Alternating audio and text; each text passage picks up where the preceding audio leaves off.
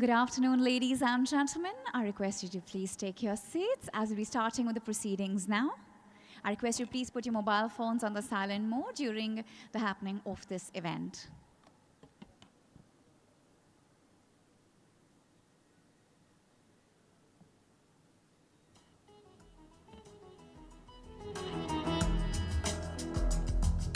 I request everyone to please take your seats. Our dignitaries are guests to please take your seats.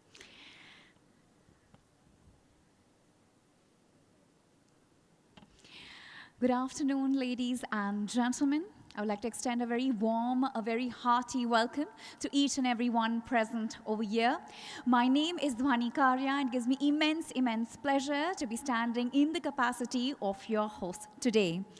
Ladies and gentlemen, on the occasion of International Women's Day, UN Women, in partnership with the National Stock Exchange, is pleased to convene the 12th Ring the Bell for Gender Equality closing ceremony today at NSE India. Can we have a huge round of applause for this wonderful, momentous occasion that we'll be celebrating right here?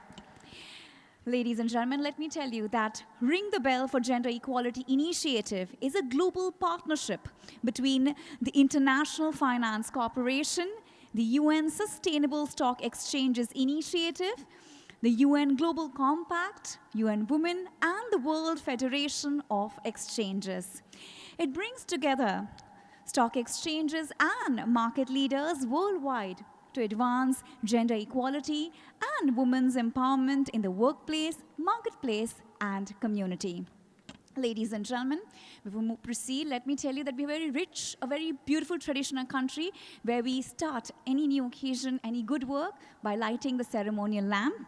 And to do so, I'll be inviting our dignitaries on stage. Ladies and gentlemen, please help me in welcoming the MD and CEO of the National Stock Exchange, Shri Ashish Kumar Chauhan.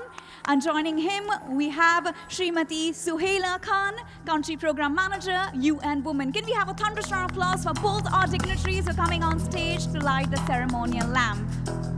Very warm welcome to both of you.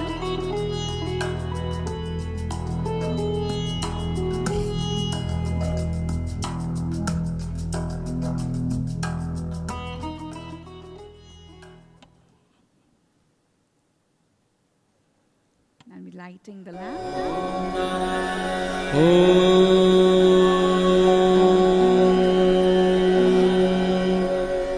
वक्रतुण्ड महाकाय सूर्यकोटि समप्रभ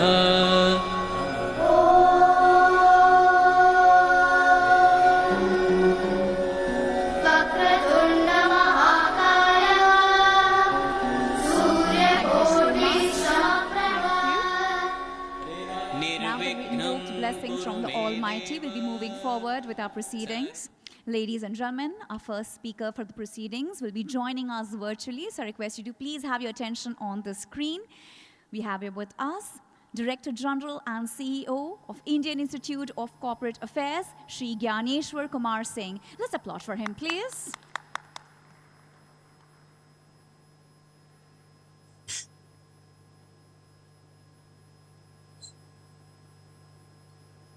Ashish Chauhan, J, CEO National Stock Exchange, Suhaila Khan, Country Program Manager, UN Women, Roshika Kumar Singh, Principal Country Officer, IFC, business leaders, capital market, from the capital market, officers, regulators, and participants. Today is a historic day for us. We are going to celebrate this function, 12th Ring the Bell ceremony for gender equality.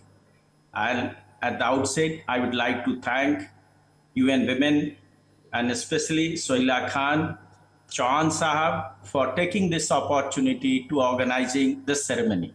The ceremony has symbolic importance throughout the world at the time of Women's Day. All exchanges are celebrating. Why it is important for us? We have started this journey from 2013 Companies Act and 2013 Company Act. It was made mandatory under Section 149. And it has changed the landscape for business leadership. We had a data 2013, the women representation at the board was 6%. Right now, I was going through the data. It is dated 2025, it is 18%. So 300% increase is there in the women participation at the board level. So this is a heartening news, and all of us need to celebrate, but this is a beginning. There are lots of challenges. The most important challenge is the gender bias, glass ceiling, and enabling environment. If the women are at the top, 18%, that is good progress. But if you compare with the international best practices, around 31% is the international average. Some of the countries, if you take it, Denmark, France, UK, USA, they are in the range of 40%. And some of the countries, they have taken the similar route, which we call it act or rule as a change agent. But some of the countries, they have taken voluntary measure like UK, USA, and they have also achieved the similar data. So as of now, we have 18%, but the concern is we have to think about how we can encourage women to join the workforce, supply chain, and at the middle level, executive level. Executive level, if we just break this data of 18%, the figure is not very encouraging. If you look at the executive director level, it is sometimes 1 to 5%. This is ranging. So what is required to be done at this moment? We have to develop some kind of index, gender index. NSC has taken a lot of measures under LODR 2015, as Companies Act has done. They are nudging all the time of the companies, business leaders to work for the women empowerment. But there are two questions we have to ask at this moment. Whether the workplace has been made for the women.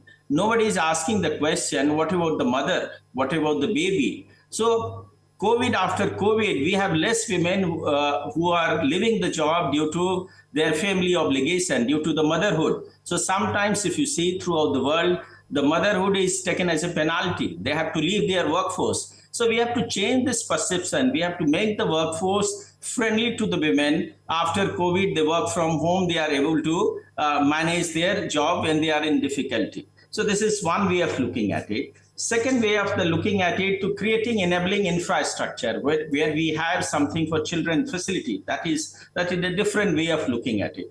Ministry of Corporate Affairs is always very taking proactive steps. We were in the ministry at the time. There was a debate whether POS Act can be extended to the companies. So it was extended. Right now in July 2025, there is another amendment where we are saying you have to give in board report disclosure full compliance to the POS Act. You have to give the data also in board disclosure, how the complaints has been handled, whether the committee has been made or not. So we are trying to create the enabling environment. This is good.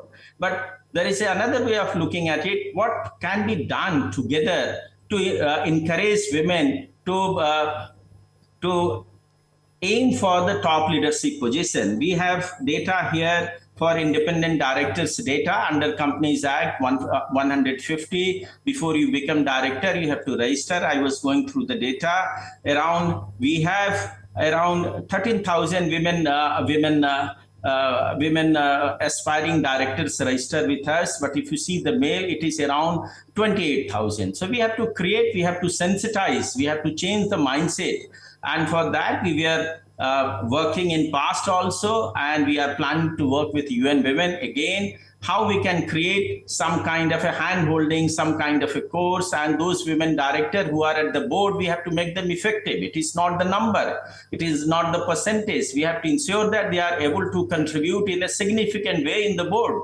So that is one program. Then we have to think of how to promote women entrepreneurship.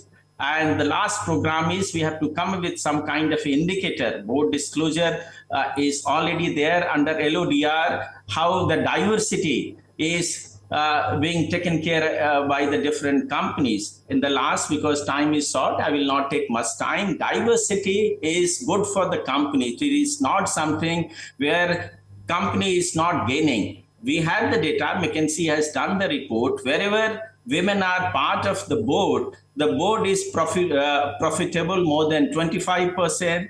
and the value addition is also there. So diversity helps in decision making, risk management. This is a win-win. So we have to make a business case for the women participation in the business. Again, I will thank UN Women and NSE for taking this initiative, for organizing this ceremony. We hope that all of us will work together to ensure that any women, our aim should be any women should not leave the workplace due to the family compulsion. There must be a framework where we have to encourage women to manage their family obligation with work-life obligations. And this is the short message, because time is short. We have to cover lots of things. Thank you again for giving me opportunity. Thanks again.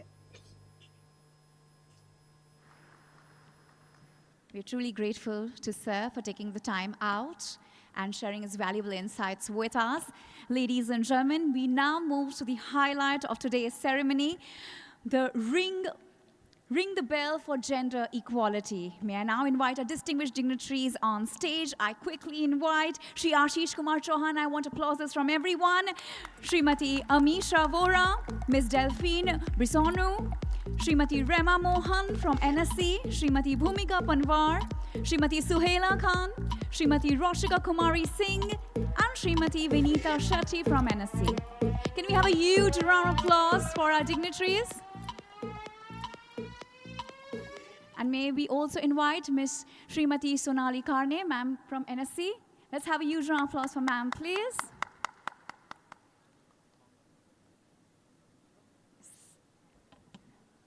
Ladies and gentlemen, don't you think we need more applauses for the women of our nation? Yes? All right, thank you. So let me tell you that for 3:30, we'll be having a 30-second countdown. So, of course, you know that when that 30-second rider starts, we'll be like having a really nice cheer from everyone. All right, as you can see here, we have only 8 more seconds to go. Please be ready. All right. Okay, I think they're gonna, yes, here we go. The 30-second countdown, everyone. I request you to please be seated and take the videography. We are just 20 seconds from this wonderful historic moment. Ring the bell for gender equality, ladies and gentlemen. This is such an important thing. All right, everyone. Let's wait for, yes, a few more seconds. And 5, 4, 3, 2, 1. Let's have a huge round of applause.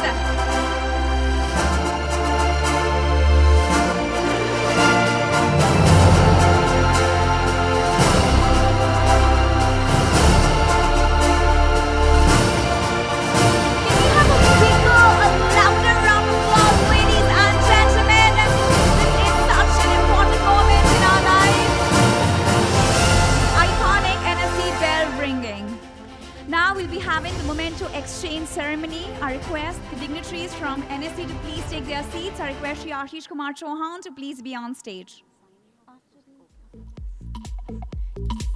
I request the dignitaries to please be on stage. Only the NSC officials, only the NSC team can be on stage, off stage. All right. I request Srimati Amisha Vora, Ms. Delphine Brizono to please come on stage. Srimati Rema Mohan to please be on stage. I only want the NSC team to please be off stage because now I'll be having an exchange of mementos, and we request Shri Ashish Kumar Chauhan to present the mementos.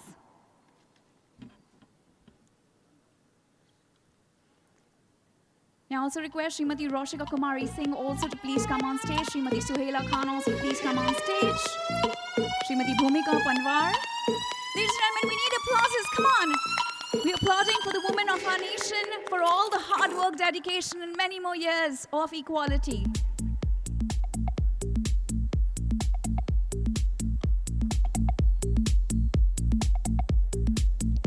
For ma'am, let's have a huge round of applause.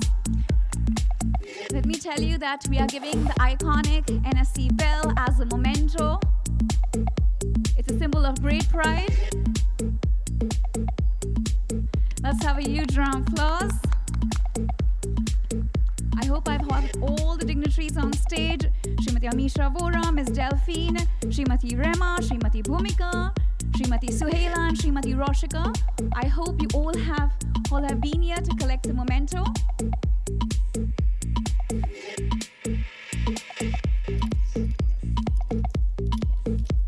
Can we have a group picture? Just once? Can we have a group picture with all of you?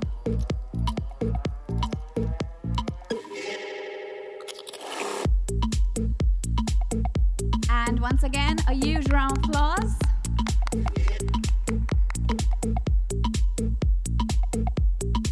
Thank you. And I request once again Shri Ashish Kumar Chauhan sir to please be on stage for the next segment. And I request all the wonderful ma'am to please take your seats. Thank you so much.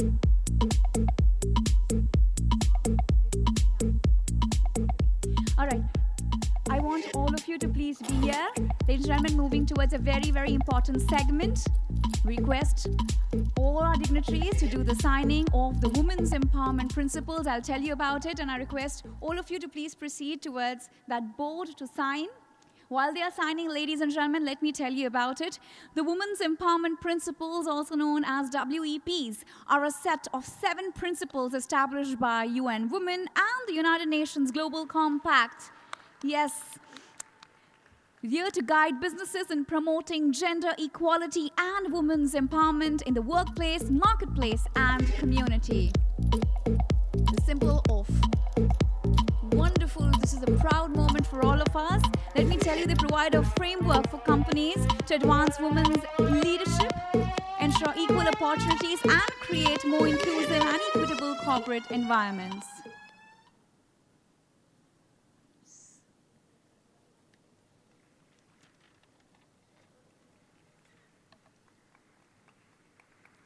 I do understand I'm requesting time and again, but these are some very important moments that we are celebrating here. So I require a lot of energy from the wonderful audience right here. And once again, we'll be having a group photo op.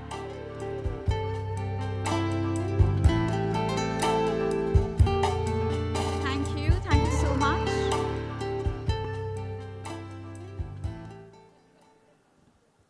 And thank you so much, Shri Ashish Kumar Chauhan, sir. And I thank you all the dignitaries as well. At the same time, I invite our country program manager at UN Women, Srimati Suhaila Khan, to please come on stage once again. Can we have a huge round of applause for Srimati Suhaila Khan?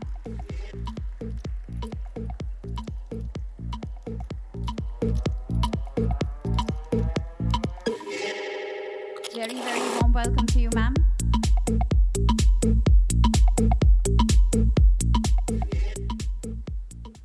Good afternoon, everyone, and a very happy International Women's Day to all. It's a pleasure to join the National Stock Exchange today for the global Ring the Bell for Gender Equality ceremony. This annual initiative by stock exchanges around the world sends a powerful signal that gender equality is a business and economic imperative. At UN Women, we are proud to partner with the stock exchanges around the globe to advance women's empowerment and gender equality at the workplace, marketplace, and communities. And today's theme invites us to focus on women's leadership in the corporate sector, a critical driver of inclusive and sustainable economic growth. Across Asia, progress is visible. According to the 2025 Women on Corporate Boards Monitor, produced by the Sustainable Stock Exchanges Initiative and the International Finance Corporation, that analyzed the 100 largest listed companies across 16 stock exchanges in Asia, including India, on women's representation on their boards and leadership. It was found that women hold 18% of board seats on an average across Asian exchanges, although gender balance ranges widely from 13% to 31%. The report also notes that the level of 30% is the level at which women's participation in the board reaches a critical mass.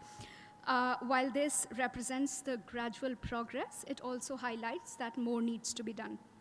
And the evidence shows that companies with gender diverse boards and more women in leadership positions, they demonstrate a stronger governance, improved innovation, and more sustainable long-term performance. Yet too many talented women face many structural constraints to be able to achieve and advance into senior leadership roles. India offers an important example of how policy and market leadership can accelerate change. Regulatory requirement for at least one women director on listed company boards have helped increase representation. Today, women occupy a growing share of board seats across Indian listed companies.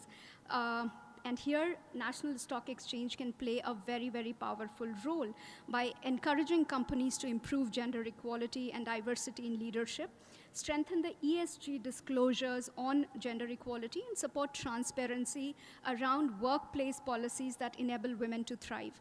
Investors also have a critical role to play. Increasingly, global investors recognize that gender equality is not only a matter of fairness, it also contributes to financial resilience and long-term value creation. So there's a clear incentive and business case for companies to advance gender equality. As one of the world's largest and fastest growing market, India has only to gain by enabling equal leadership to opportunities to 50% of its population. And UN Women really looks forward to continuing our partnership with the National Stock Exchange and with stakeholders across the financial ecosystem to advance women's effective participation in the corporate sector as leaders and investors. Thank you so much, and a very happy Women's Day once again.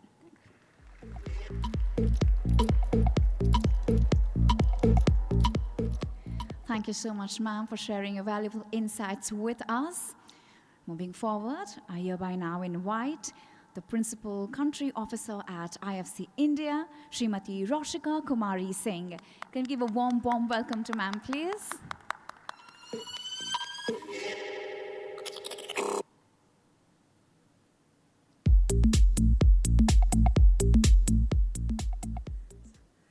Thank you. Good afternoon, colleagues. A big thank you to the National Stock Exchange and to UN Women for hosting Ring the Bell for Gender Equality today. The bell is much more than just a symbolic moment. It's a reminder that gender equality is fundamental to jobs, to growth, and to shared prosperity, and that markets and institutions like the National Stock Exchange have a critical role to play in shaping inclusive economic outcomes. Let me start with jobs. Jobs are at the center of any development strategy. Jobs are much more than just a paycheck. What do jobs do? They bring dignity, stability, opportunity for both women and men. This is very clear in the framing that we at the World Bank look at. And in India especially, this is incredibly important because we see around 12 million young people enter the labor force each year, creating productive, resilient jobs at scale. And this will be one of India's defining moments in development priorities. But we will not deliver on the job imperative if women are not fully participating. It's critical. Entering the workforce, staying in the workforce, progressing, as well as leading. These are 4 components that we need to encourage women to do and create the opportunity for them to do so. The Indian government's Viksit Bharat vision for 2047 places economic participation for women at the center of its policy. The goal is to increase women's participation to 70% by 2047. This ambition is closely linked to practical enablers such as skills, safety, access to care that's been mentioned, and career progression. Second, I think to look at the priority that's reflected very much in our own country strategy. As a World Bank group, we launched a new country strategy called the Country Partnership Framework on January 30th. It was launched by the Honorable Finance Minister of India. And at the heart of this is really a sharp focus on jobs, particularly creating jobs in the private sector for both men and women, and looking at the cross-cutting objective of mobilizing private investment. Our own strategy is based on 4 pillars: rural resilience and prosperity, urban transformation, human capital which includes skilling, creating opportunities, and infrastructure. Our goal is really to ensure that women can access and remain in jobs and excel in the jobs that they have. as this is really central to all of the work that we do across the board. Our commitment is also backed by scale. We as the World Bank Group are looking to deliver $8 to $10 billion in India over the next annual year. Currently, for the IFC, our fiscal year ends in June, so we're halfway through our fiscal year, where we've done about $5 billion of investment in India alone, out of which 45% of our investment has been gender tagged, and 75% of our advisory is gender tagged. So we are also putting our money behind our ambition, and we are really very much here today to talk about this, to join hands with all of you, and remain key partners in this ambition. I also lastly just want to share with great excitement that we are launching our India Gender Country Program in India. And this is a 5-year umbrella program that will be designed to deliver more and better jobs for women, incomes as well as livelihoods, through a coordinated set of solutions.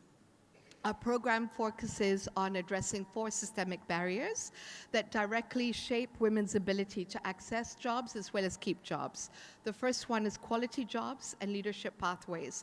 We're looking at inclusive practices around hiring, progression, and retention, as well as workplace policies.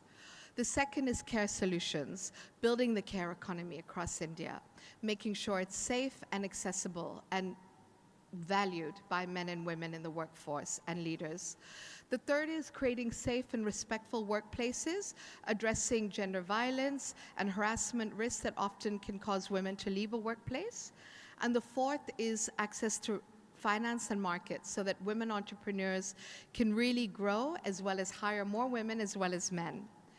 So why does convening matter? Why are we here today? Because delivery at scale requires doing it with partners. We cannot do it alone. You cannot do it alone.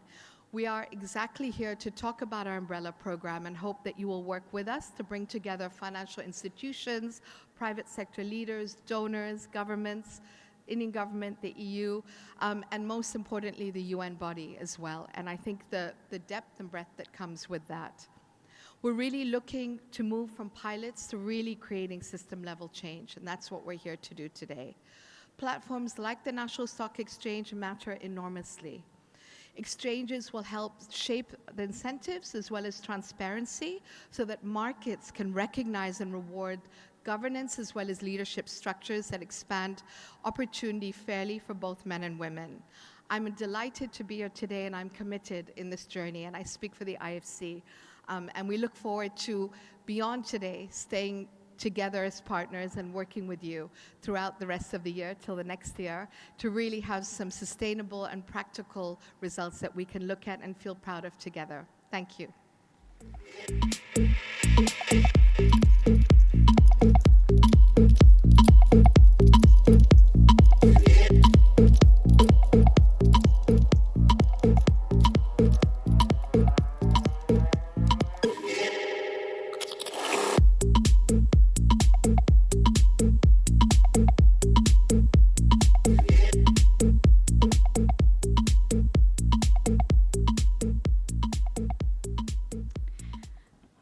Ladies and gentlemen, we're moving towards a very important panel discussion segment. So let me tell you that we'll be having a very interesting and very invigorating panel discussion now, and we'll be setting the stage for the same. Let me tell you the panel discussion is on the topic Women's Leadership in Corporate and Financial Markets, which is driving inclusive growth. Just give us a couple of minutes as we set the stage.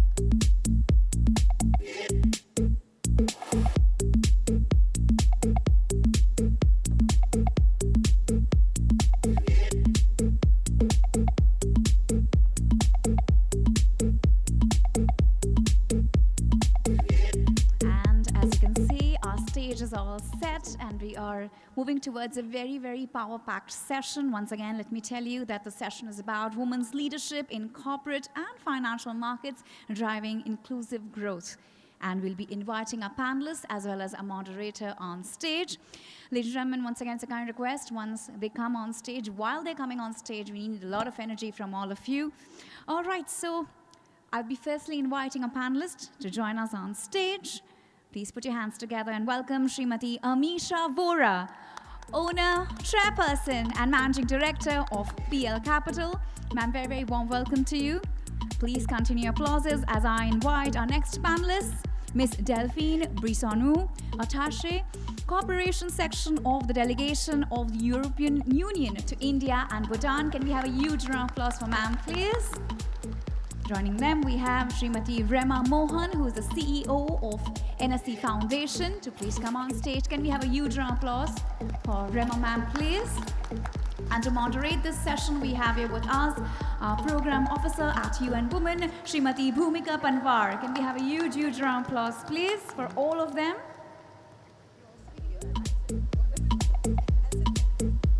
Very, very warm welcome to all of you, and over to you, Bhumika ma'am. Good afternoon, everyone. It's a pleasure to welcome each one of you for this important session at Ring the Bell for Gender Equality Initiative, a global effort where we recognize the important what private sectors and financial institutions, stock exchanges hold. So as we know, stock exchanges are often called as nerve centers where capital flows, company grows, and investment decisions shape the future of the industries. As gateways to capital and corporate visibilities, they also often occupy a very unique position in shaping up those norms and market expectations. And by championing initiatives such as Ring the Bell, stock exchanges somewhere help elevate gender equality from social aspirations to market and economic priorities, signaling that strong and competitive economies really require where women have equal access to opportunities, where they can enter, where they can grow, invest, and access to capital. So in a way, stock exchanges are not just marketplace, they're also agenda setters. So today, panel focuses on women's participation, women's leadership in corporate and financial institutions driving those inclusive growth, a topic which sits at the intersection of economic performance, corporate governance, and social progress. And across India, we've seen immense progress in women's participation in education, in entrepreneurship, and workforce. And women are not just building businesses, they're managing investments, they are participating in those emerging and booming sectors of India. Yet in corporate boardrooms, those decision-making spaces, and as well as those, leadership positions in the financial sector, there are hugely underrepresented, which happens with women. And there are ample amount of evidence that diverse companies are more resilient, they are better positioned for sustainable growth, they are more innovative. In other words, gender equality is not just the, it's not just the right thing to do, but it is also a smarter economics where women grow, women thrive, and community thrives too. And financial institutions, listed organizations, regulators, and investors, they play a very important role in shaping up this landscape. So from board diversity policies, and ESG frameworks to investment strategies and leadership pipeline, all these actors influence who will lead the organization and who will shape up the future economic decisions. And platforms such as today, they're very important. Like, they allow us to reflect on the progress. They really allow us to understand those barriers and explore those institutions in corporate and financial ecosystem where they can accelerate women's leadership. We are very fortunate to join us today by these exceptional panel of leaders coming from corporate, financial, and policymakers who will really drive those changes. With that, let me begin by inviting our first panelist, Amisha Vora. So Amisha, my question to you is, like someone who has built and led a successful financial service institutions, like what role does leadership commitment play in creating those opportunities for women in financial sector? Thank you first and foremost for inviting me, as also organizing this here in India at National Stock Exchange. As you all must be knowing that India has a very ambitious goal of being a developed nations by 2047. And if we see, which means that we want to travel from a $2,700 per capita to a $12,500 to $13,000 per capita in our entire population.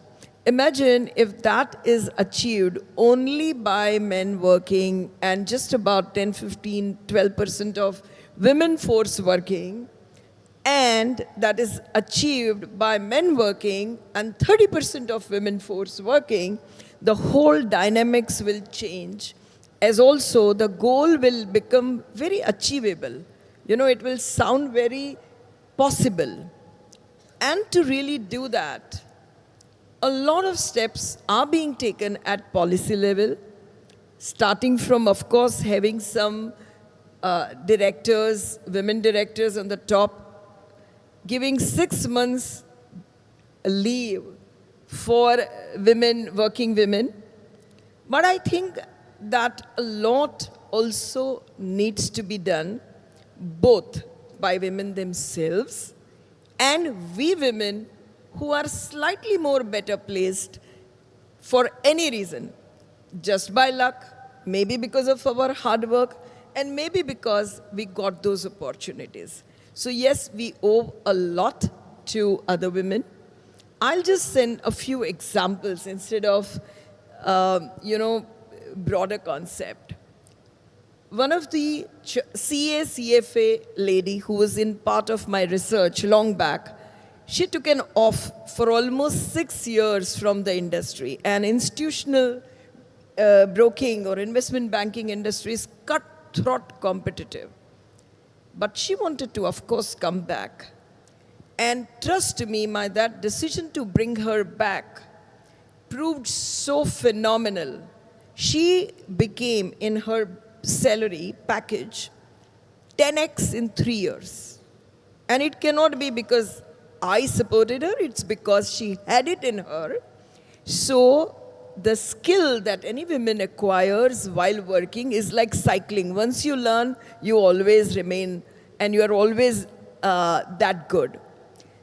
What we should do now to further promote leadership is, I feel this was very important aspect, because when you take a break and then you accept women back, they come with a very peaceful and focused mind.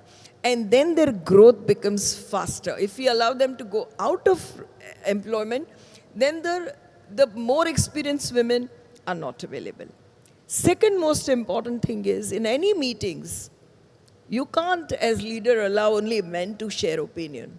You have to make sure that you're listening to the women enough and more. And in case they are not speaking, you make sure, and I do very differently, I don't pamper. I say that you've got to sit. If you want to sit, you have to have your own brain. You have to have your own opinion. And that's how it triggers. The moment any gender, men or women, have their own brain, their own input, I think then seat becomes that person's. So I feel that India is very ripe at this juncture. And in next 10 years, you will see phenomenal change in women leaders adding to India's economic growth and taking the right seat. Thank you so much. Thank you, Amisha. I think the insights where you highlighted that leadership commitment is not just, it's really help us in creating those transformative changes in the ecosystem by maybe shaping up those inclusive workplace, but also enabling all these women to take up those decision-making roles as well. And leaders just like you who are actively championing gender diversity can really showcase those strong signals to the larger economy and the larger ecosystem as well. So with that, let me ask you the second question. Looking ahead, what changes would you like to see in the financial ecosystem to ensure that more women are represented, not only in the workforce, but also in the leadership and senior leadership and decision-making roles? And what role as an industry leaders and ecosystems and institutions play in actively championing this change or building those stronger leadership pipelines of women in the finance sector? If I see, there are 2 to 3 aspects to your question. One, in leadership role. And as I said, that leadership role doesn't come just with education. It is education plus experience. And when women takes a little break in its career, first we should try that it doesn't need to be done. But if it is to be done, we need to, with open hands, welcome them back so that they build the both. But to really get them to a place of either capital allocation or decision making or leadership and influencing the growth path, I think women coming from different fields, be it HR, be it marketing, be it operations, be it, I would say, any frontline role, they all need to be given a finance training. Because ultimately, in the growth path of any company or economy at leadership level, you need to know the repercussions financially. So when we make that as an inclusive part, their financial training, even though you come from a marketing background, but a little financial training would really help go a long way when they want to come into a maybe COO role, CEO role, or board role, because that is a minimum must. Then, even in the board, when there are independent women directors, it is either you take only position or you contribute and feel really take pride in your position. So to get that, this training is a must. From investment and wealth creation perspective, I feel India and world has traveled first distance of giving equal education opportunity to women child. After that, tell me how many houses a father discusses his wealth portfolio with his boy child and girl child together? I think absolutely nothing. How many husbands actually open up and discuss their entire investment strategy together with their wives? Rarely. And particularly, who discusses with a wife who's educated, but to take care of the child is at home? If this is the level at which we make a change and we ask for our right, as well as men opens up, is the time then women's financial knowledge will really start improving, and which is where a huge delta will come. So I think these two are very important part. Thank you. Thank you, Amisha, for sharing your perspective. Like, your insights really highlight the importance of leadership commitment as well as those institutional support, which will really strengthen and advance women's participation in the senior leader role, and also those community engagements as well. With that, moving to our next speaker, Delphine. My question to you is, like, from the EU perspective, why is advancing women's leadership in corporate boards and financial institutions important for building more inclusive and resilient economies? And what approaches have really worked with EU to promote those gender representation of women in leadership? Thank you, Bhumika, and thank you to the National Stock Exchange for welcoming me this afternoon.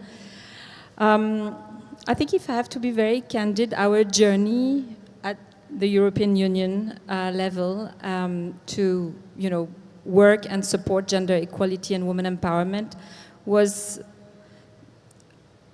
primarily a moral obligation, looking at women's rights as human rights. That was the beginning of our journey, right?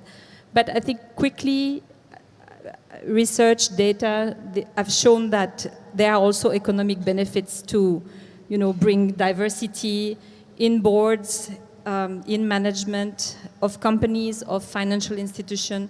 So there are clearly some economic benefits. Many speakers before have spoken about this. And I think from our perspective, women in leadership positions bring innovation by offering diverse perspective. They bring resilience to organization also, because probably women are more sensitive to risk, so they get prepared better to deal with them. And clearly, there is a growth opportunity there.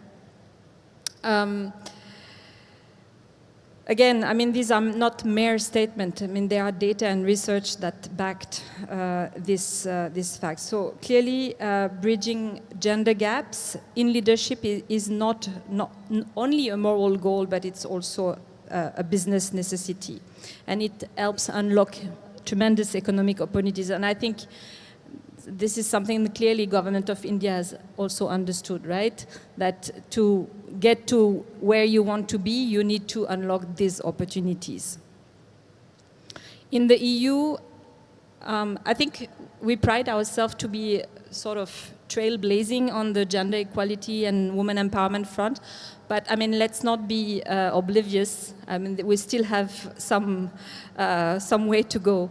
But yes, we have traditionally taken some steps in the right direction. And I think 2022 we had the EU directives on gender balance on corporate boards, and that introduces targets for women.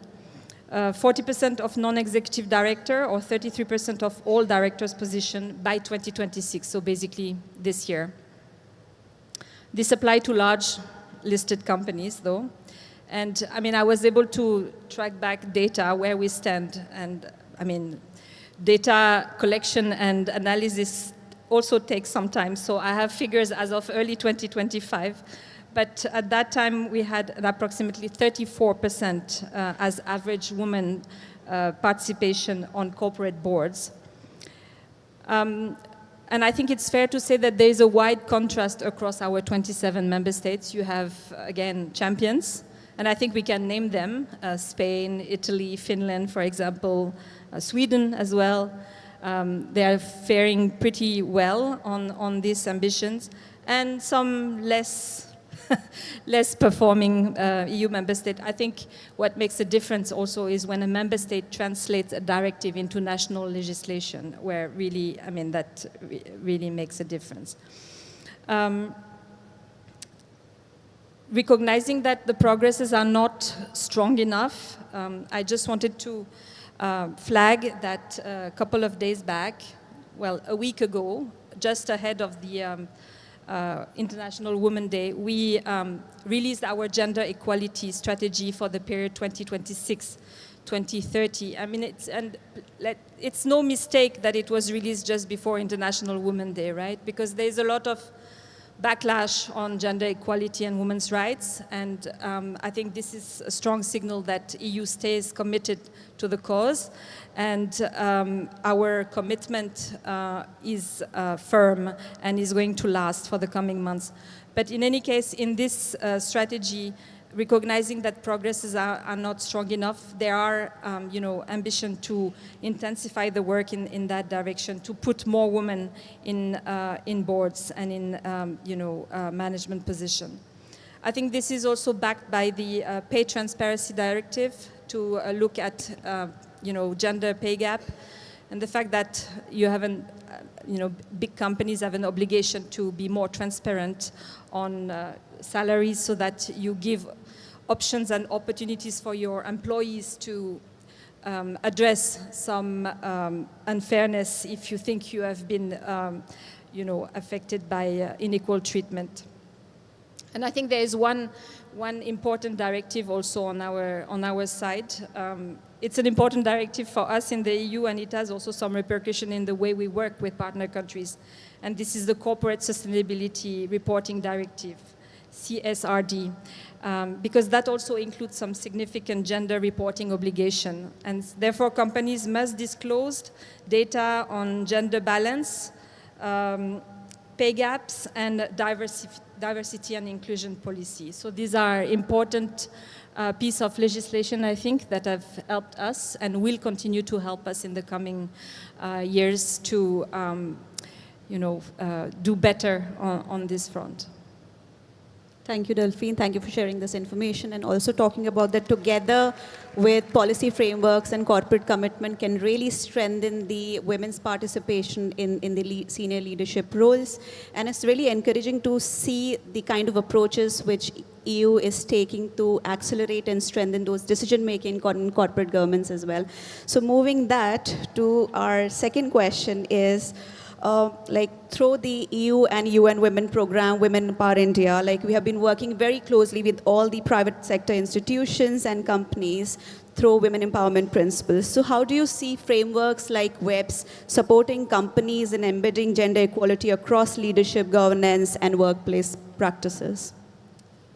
Well, the WEPS is 7 principles, right? So it offers a kind of menu. It's a guiding framework for action, in a way.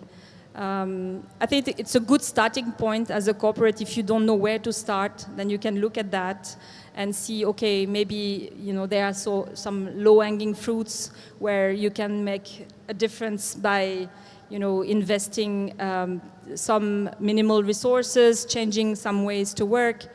And then you progress along these lines and you look at other entry points to bring more gender diverse workforce to attract women in jobs.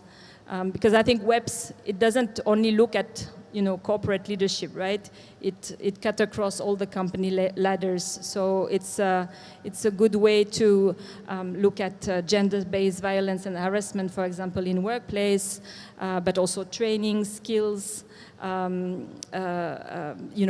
retaining women. Ma'am, you were talking about, women who leave for children care, and then how do you get them back? So these are the kind of, action that are useful with the woman empowerment principle. I think it's important.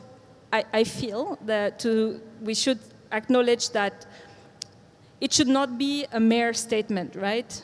I mean, signing is one thing, and it's great because it shows commitment from the leadership of that organization. But what we need to make sure is that there is actually implementation that follow. And clearly, I think this is where our partnership is strong, because we recognize that WEP is a good framework to start the conversation, but that, we want to make sure that implementation follow through. So I think this is an important point that I wanted to make. As I mentioned earlier, our commitment to gender equality and women empowerment is very strong. It's strong at home, and it's also strong with partner countries. And our partnership is only one instrument that we have here in India to work on these issues. I mean, Roshika is here representing IFC. We also have a very strong program. It's a regional program, but India is involved, and we put a lot of emphasis also on gender equality and women empowerment. We have our investment instrument, guarantee instrument, where we work with our EU financing institution with, offering some guarantee instrument, first loss guarantee, to help unlock financing for women-led businesses, for ventures, capital fund that want to invest in more risky business. Not saying that women-led businesses are more risky, but that's the perception, right? That's why it's more difficult for women-led business to access finance. So we want to come in and support, this investment. One thing I want to mention, because it's rather recent and I think it's worth highlighting. End of January, we had our big India-EU summit. We renewed our partnership for the coming 5 years. We also signed the big free trade agreement, right? I think this is something that made headlines throughout the country. And I want to just highlight the fact that in our free trade agreement with India, we have a dedicated trade and sustainable development chapter. And in that chapter, we have an entire section dedicated to gender and trade. So again, this is just to highlight that the EU is very committed to the cause. This is not, mere statement, moral statement, but we really want to see women-led businesses benefiting from these opportunities offered by international trade. And it is clearly foreseen in our agreement and in our follow-up, discussion and conversation with the government. So I'll leave it at that. Thank you. Thank you, Delphine, for sharing those initiatives around the EU work which you're doing in India. And indeed, women empowerment principles are those practical principles which really encourage and push these private sector organizations to actually move from commitment to action across leadership, workplace policies, and value chains. So with that, let us move forward to our last speaker, Rima Mohan. So Rima, my question to you is like, as a leading capital market institutions, like how is NSE working to promote women's leadership within the organization and creating those pathways for more women to take on senior roles in financial markets?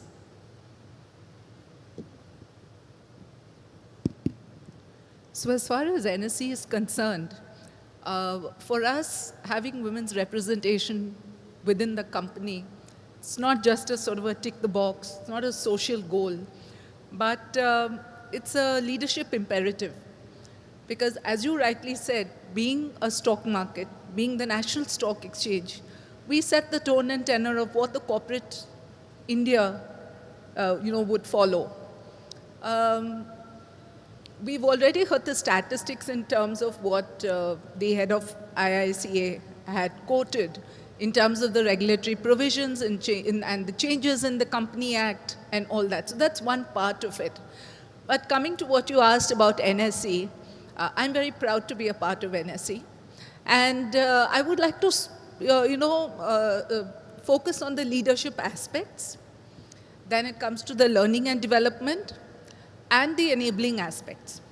So in terms of the leadership aspect, we have many programs where we would fast track the employees, the women mid and the mid-senior level, and try to help them become leaders of tomorrow.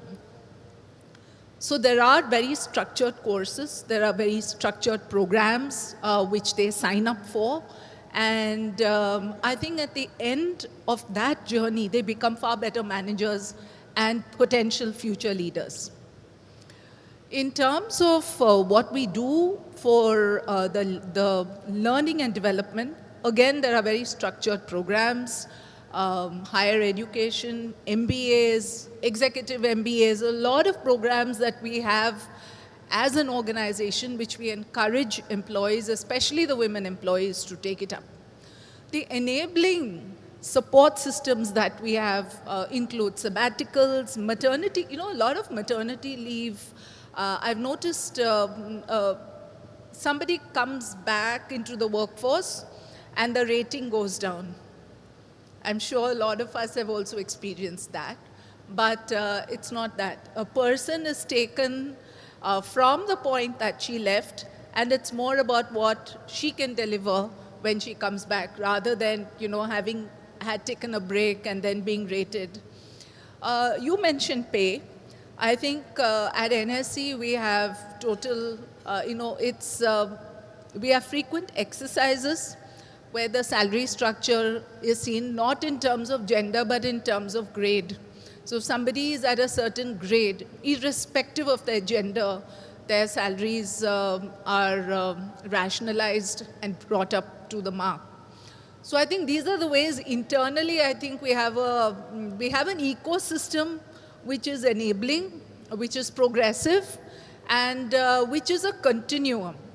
I think one thing I would like to mention specifically for women, I think since a lot of the HR activities, and we have a lot of young girls in the HR team, I noticed that a lot of these, their events are structured around women, especially women's health. We as women don't take our health seriously. We are the last priority. So I think that is a change which I've seen, whether it is cancer, whether simple tests for cervical cancer, breast cancer, yoga. I mean, it's something which we are encouraged to sign up for. And there's that push that comes saying that, look, you need to take care of your health. You need to take care of yourself, and then you can take care of others. So I think that is something that, which I find, very unique in terms of encouraging women to take care of themselves.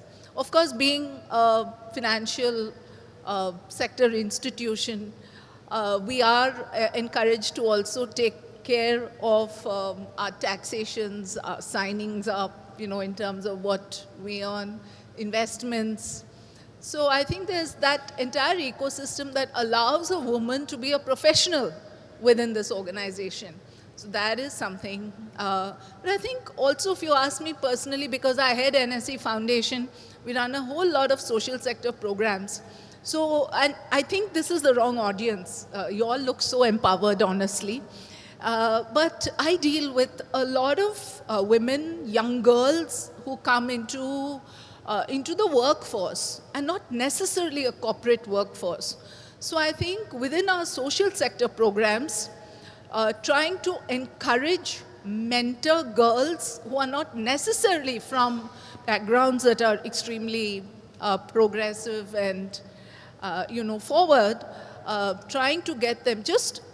I remember in COVID, this is a personal thing, I remember during COVID, just trying to help the girls get an Android phone and trying to get them to learn how to log on to a Teams call. I mean, that took a good month and a half. We have close to around, we had at that time, I remember, close to 4,000 young girls working in various social sector programs, right from education, WASH, and they were the community communicators. So I think beyond just, I mean, I am just looking at the larger ecosystem. Of course, that involves all the subsidiary and the, and the other staff who work within NSE ecosystems. This large corpus of people, of young girls, young women who worked with us, I think that was something that was an eye-opener to me. Thank you for sharing that. It's really encouraging to see the institutions just like yours, National Stock Exchange, they're actually working, in terms of creating more leadership pathways for all these women and strengthening those participation in the financial market. And I completely agree with you, like these strong institutional commitments are really, critical in creating those inclusive capital market ecosystems as well. So thank you so much, Rima.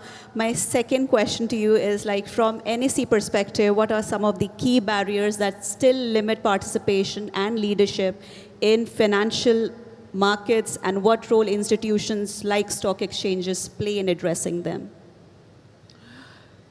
We have something where we have an open house with various departments in the HR. And I think over a number of years that these collaborative conversations have happened, we have found that young girls who have just started families have issues in terms of looking after their children, managing the home, and managing the work. And today, I think corporates are becoming extremely competitive. There is an onus to deliver and deliver a high performance. So managing the home, managing the work, managing family, children, and anyone who has small children today will completely agree with me that schools expect the parents to take an onus of responsibility, right from all the things that needs to be done, the models, the projects, it's the moms and dads who do it. So I think there's a huge investment in the child's life today, the school life, the schooling that happens. The educational system is created in such a way that one is forced to spend a lot of time. So this huge work-life balance becomes, it's a really a huge challenge for women.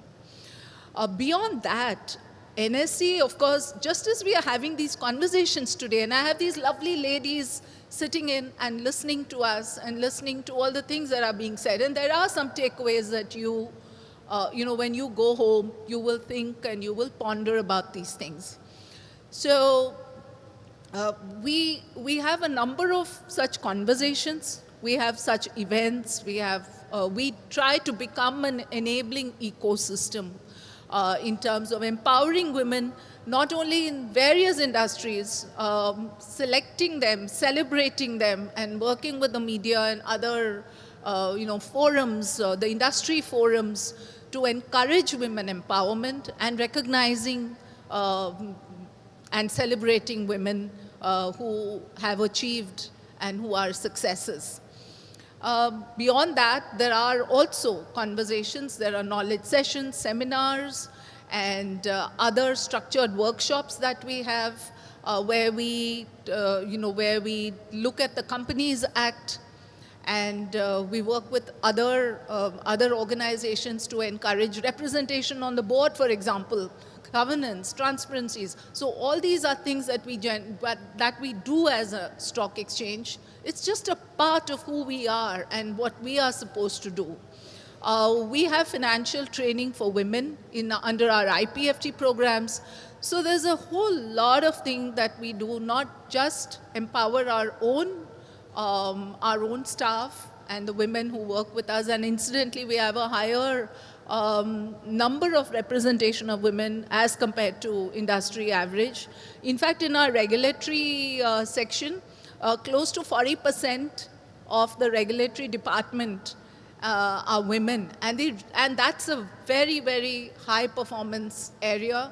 It's literally tracking what the industry does and ensuring the industry, the corporates do what they are supposed to do. So I think that's a huge kudos to the women working in the regulatory section of the National Stock Exchange. So, yeah, so these are the different ways that we contribute, we collaborate, we communicate, and we encourage women's representation, celebrate women, and also in-house, we have a huge pool of representation of women. Thank you, Rima. One thing is very clear that gender diversity not only strengthens decision making, but they also bring those diverse, fresh perspectives into investment and cash allocation as well. So, and addressing those barriers, it's not just the institutional support, but also those deliberate efforts coming by the organization in terms of visibility, in terms of mentorship, and by also creating and giving them opportunities where they can not just enter, but also grow and sustain in the financial market is really, really important. So with that, we come to the close of the panel. So firstly, thank you so much for all our distinguished speakers for sharing your valuable insights, and to each one of the audience, lovely audience, for being here as part of the important conversations. I think today's discussion reminds us the advancing women's leadership in the corporate and the financial sector is not just about women's representation, but it is also about having those stronger institutional support and inclusive growth. As we witness today's signing of women empowerment principles, I think companies here has a real opportunities to actually move from commitment to action. And here you and women and all of us, I understand we do have leaders and companies who are present here. I really want and encourage that each one of you to come forward and sign this and sign this growing fast global women empowerment signatories. To join this WEB's principles and also continuing advancing gender equality, not only in workplace, but also leadership and marketplace and way beyond. So thank you so much, everyone, and have a great evening. Thank you.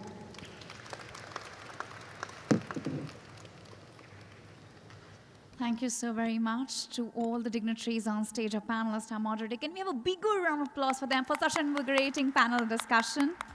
Thank you once again. Thank you so much, all of you.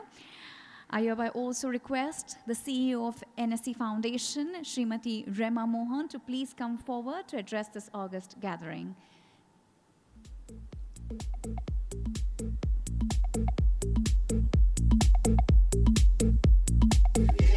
Yes, I think we need a group picture.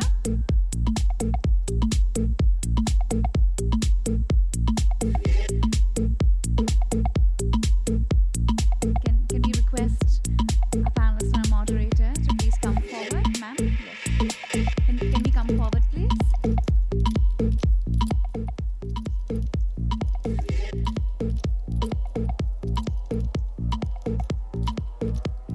Thank you once again for sharing your insights, the anecdotes and stories from all of you. Thank you once again. Thank you.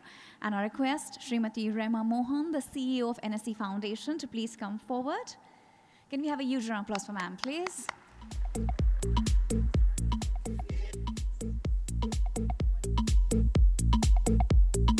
Ma'am is just getting her speech. Once again, a very warm welcome, ma'am.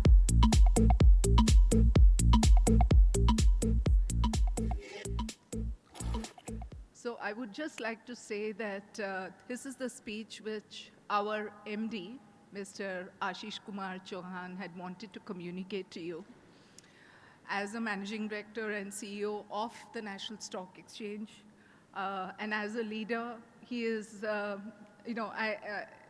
when I interact with him, I realize how close he is to women empowerment and the encouragement that he extends to all the women who work at NSE.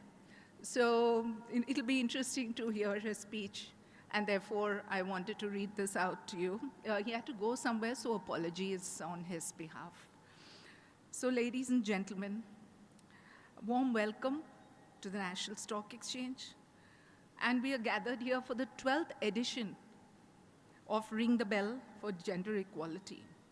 While the bell ringing makes for a good photo, we all know that this event has never really been about imagery. When we ring that bell today, we aren't just marking the close of a trading session. We are sounding a call for a more inclusive, more robust, and more forward-looking Indian economy. In India, our civilizational imagination has always placed wealth, Lakshmi, in the form of a woman. In fact, there is a Sanskrit maxim that captures the essence of what we're trying to achieve today. Nari tu Narayani, Sarva Siddhimai Shakti. Woman, you are the embodiment of power, the one who achieves all. In the context of 2026, I would simply add a corollary: where women are empowered, economies blossom. If you look at the economy today, almost 25% of our registered investor base, and over the last decade itself, we've added roughly 2.5 crore women into the markets. The confidence is also reflecting in mutual funds. Over the past 5 years, women's mutual fund assets under management, AUM, have more than doubled, rising to over 11.25 lakh crore rupees. Their holdings with a tenure of more than 5 years have jumped from 8.8% to over 21%. And when a woman invests, the impact really stops with her. She invests for her children's education, for her family's wealth, for a home, for a sense of long-term security. She invests not in just financial assets, but in a version of the Indian dream. From inclusion to innovation, this is a macroeconomic reality. Our Honorable PM captured the idea succinctly when he said, when women prosper, the world prosper. Their economic empowerment finds growth, and their access to education drives global progress. Not only do women make up over 40% of our STEM students, but women have surged from less than 100 a decade ago to over 5,000 annually today, which is a registration for all scientific patents. Of the 56 crore Jan Dhan accounts opened in India, 56% belong to women, successfully bringing the unbanked into the formal investing fold. We've also seen a major shift in the female labor force participation rate, which has increased from 23% in 2018 to around 42% in 2024. The NSE's commitment, the WEPs, and the future. At NSE, we believe in leading by example. 1 in 5 of our IAP, which is the Investor Awareness Programs, is now specifically designed for women. In 2025, we were able to reach 2.3 lakh women and conducting more than 4,500 such programs. And I'm pleased to announce that NSE is also formalizing its commitment by signing the UN Women Empowerment WEPs, and we are joining a global community of around 12,000 CEOs who believe that gender equality isn't just the right thing to do, but it's a smart thing to do in business. We also look forward to engaging with the APSFL, to ensure that gender-smart finance becomes an integral pillar of India's capital market. As Dr. B.R. Ambedkar finally said, I measure the progress of a community by the degree of progress which women have achieved. By that measure, India is moving fast, but our journey towards a Viksit Bharat requires us to move even faster. Hence, we must strive to embody the vision of Nari Shakti Se Naya Bharat, the new India, through the power of women. So thank you, UN Women, to all our partners for walking this path with us. Let's build a future where every woman has the opportunity to lead, to invest, and to thrive. Thank you. Jai Hind.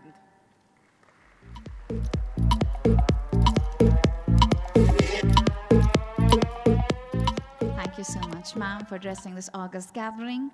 Finally, to conclude the event, I would now like to invite on stage Srimati Vinita Shetty, the Managing Director at NSE Sustainability Ratings and Analytics Limited. Can we have a huge round of applause for ma'am, please?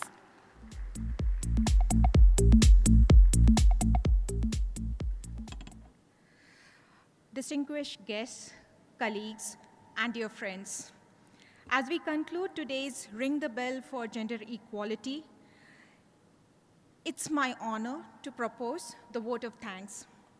Today's bell ringing for gender equality is symbolic, but its resonance is global and resounding. In Indian philosophy, there is a timeless saying, Yatra naryastu pujante ramante tatra devata. Where women are respected, prosperity follows. Now, this wisdom is symbolic rhetoric. It is a statement of economic truth. Societies and markets that enable women leadership are more resilient, more innovative, and more sustainable. In capital market, this truth is increasingly evident. Women bring long-term thinking, risk awareness, and governance discipline. Representation at decision-making remains, however, uneven. Initiatives like today's are therefore not just ceremonial gestures, but they are market signals that inclusion is integral to value creation. And towards driving this endeavor, I would foremost like to extend our sincere gratitude to our MD and CEO, Shri Ashish Kumar Chauhan, who has been instrumental in driving these initiatives and hosting this important initiative at NSC. His leadership and continued commitment towards inclusive growth and diversity are truly commendable. We are also deeply grateful to Shri Gnaneshwar Kumar Singh, Director General and CEO, Indian Institute of Corporate Affairs, for sharing his valuable insight through his special address. Our heartfelt thanks to Ms. Suhaila Khan, Country Program Manager, UN Women, for her inspiring words, and for the continued partnership in promoting gender equality through the initiatives such as Ringing the Bell for Gender Equality. I would also sincerely thank Ms. Rashika Kumari Singh, Principal Country Officer, IFC India, for her thoughtful address and for highlighting the importance of inclusive leadership and women participation in economic development. I would have a special appreciation to our esteemed dignitaries, Srimati Amisha Vora, Ms. Delphine Brisogno, Ms. Rema Mohan, and Srimati Bhumika Panwar for their participation in this event and for continuing to champion gender equality, not just through words, but their actions. We would like to thank UN Women, IFC, UN Sustainable Stock Exchange Initiative, UN Global Compact, and the World Federation of Exchanges for driving this powerful global movement that encourages stock exchanges around the world for furthering gender equality.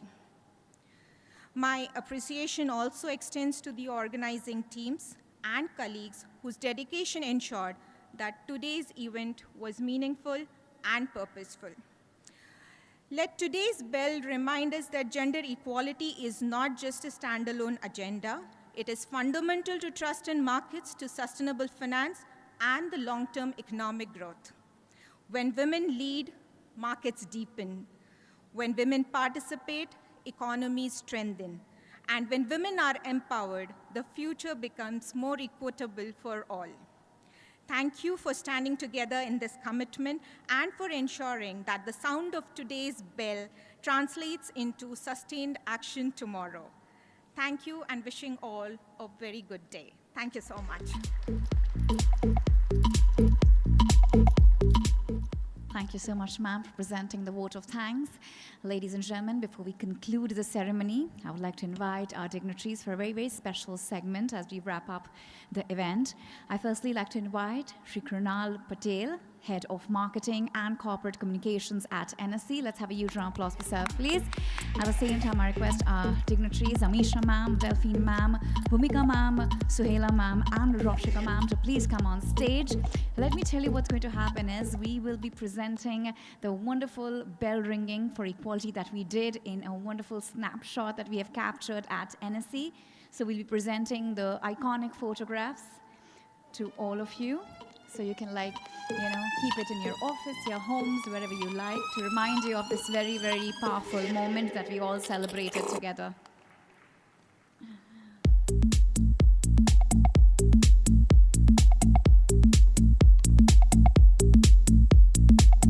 The final segment, ladies and gentlemen, let's keep applauding as we see this wonderful photo frame being presented by the National Stock Exchange of India to our wonderful woman here.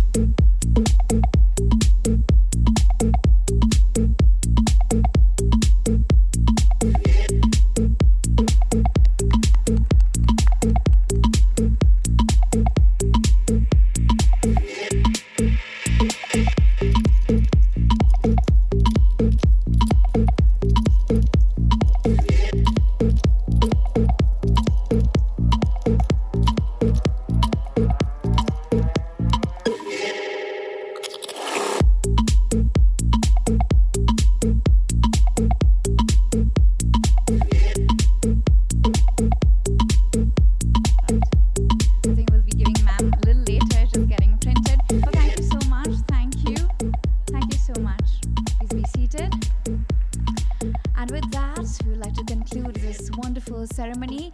Once again, good intent and good faith. Can we have a huge round of applause for today's ceremony, for this really power-packed session, for exchange of ideas and knowledge. And now it's time for us to exchange some high tea. So ladies and gentlemen, let me tell you that we'll be having our high tea served in the F&B area. Please don't forget to enjoy that. Also, the stage is all set. You can come and click pictures.